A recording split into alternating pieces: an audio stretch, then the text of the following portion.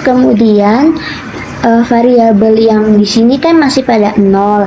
Nah, lalu ini diisikan dengan angka yang mana untuk X 0-nya saya menggunakan 0. Lalu Y 0-nya sebesar 70, lalu jari-jarinya sebesar 130, kecepatan sudutnya 10, lalu untuk waktunya 12. Nah, ini kita scroll down. Nah, kan ada perintah ubah T sebesar 0. 0-nya ini kita ubah menjadi 0,5.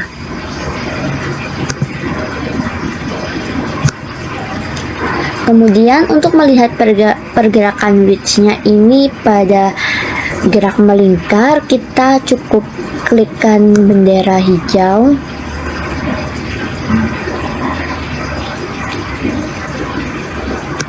Nah, dari simulasi ini dapat didefinisikan bahwa gerak melingkar itu merupakan gerak yang menghasilkan lintasan berupa lingkaran. Nah, gerak melingkar ini dapat terjadi karena vektor kecepatannya itu dan percepatan selalu saling tegak lurus. Lalu di sini kan ada titik-titik kan, yang mana jarak antara titik satu dengan titik yang lainnya itu sama, serta waktu yang ditempuh antara titik yang satu dengan yang satunya itu sama. Nah, antara titik satu dengan titik yang lainnya itu disebut dengan perpindahan sudut atau posisi sudutnya. Karena ini jarak antar titiknya sama dan juga jarak waktu yang ditempuh oleh antar titiknya itu sama, maka kecepatan sudut yang dialami oleh width-nya ini itu konstan dan percepatannya itu 0.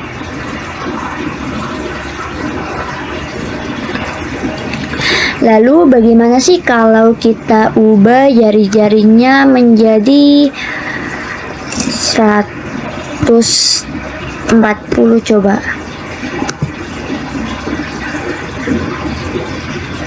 Nah, saat kita ubah jari-jarinya itu, nanti lintasannya itu akan semakin membesar.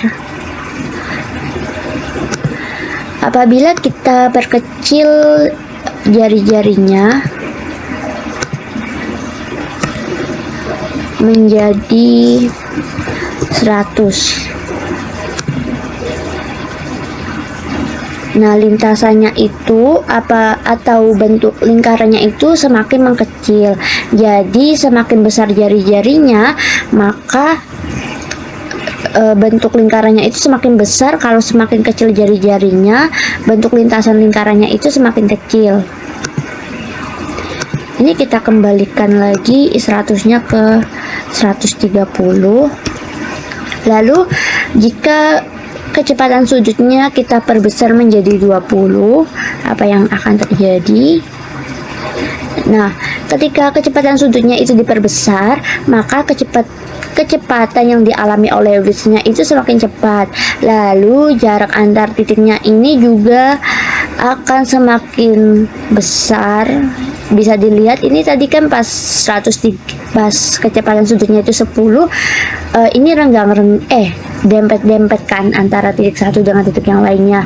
Nah, ketika kecepatan sudutnya itu diperbesar menjadi 20, jarak antar titiknya itu menjadi renggang.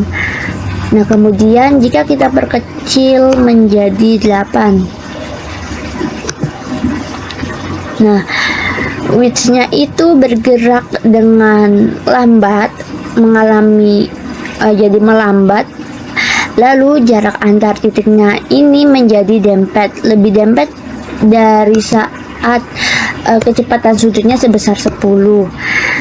Jadi ketika kecepatan sudutnya diperbesar, maka gerakan benda akan semakin cepat dalam berputar mengelilingi lintasan lingkaran. Sedangkan saat kecepatan sudutnya diperkecil, maka kecepatan bendanya itu akan melambat. Demikian simulasi Scratch yang dapat saya tampilkan mengenai gerak melingkar beraturan. Semoga bermanfaat. Terima kasih. Wassalamualaikum warahmatullahi wabarakatuh.